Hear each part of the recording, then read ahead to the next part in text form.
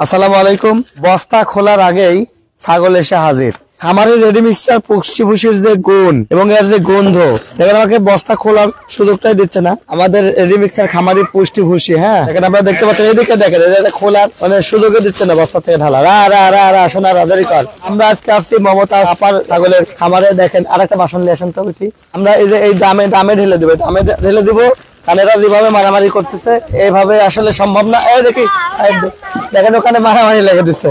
আমরা এটাতে দিয়ে দিব যেন সবাই যেন খেতে পারে, এই যে সবাই যেন ভাগ পায়। কারণ এই খামারের রেডি মিক্সচার পুষ্টি ভুষি খুবই আকর্ষণীয়। এখানে 30টিরও অধিক উপাদান দেওয়া আছে। এটার ভিতরে আছে হচ্ছে নারকেল খোল, তিলের খোল, ধনসের বীজ সহ 20টির উপরে কালাইয়ের ভুসি এবং কালাইয়ের ভাঙা অংশ সহ অনেক অনেক অনেক উপাদান। তো দেখেন, এটা ভিজিয়ে দিলে ভালো হয়, গরম পানিতে একটু ভিজিয়ে দিলে ভালো হয়। ভিজানোর আগেই আমরা এর পাশে একটু দিব।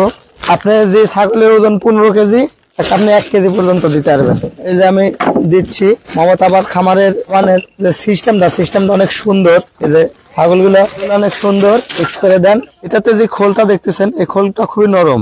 অনেকেই বলেন যে এরকম আমান খোল দেওয়া আছে, এই খোল খাবে কিনা। এটা নরম খোল, কারণ এটা হচ্ছে নারকেল খোল এবং তিলের খোল। এটা খুবই নরম। এটা আপনি যে কোনো ছাগল গাড়ল যাকেই দিবেন সেটা কর্মর করে খেলবে।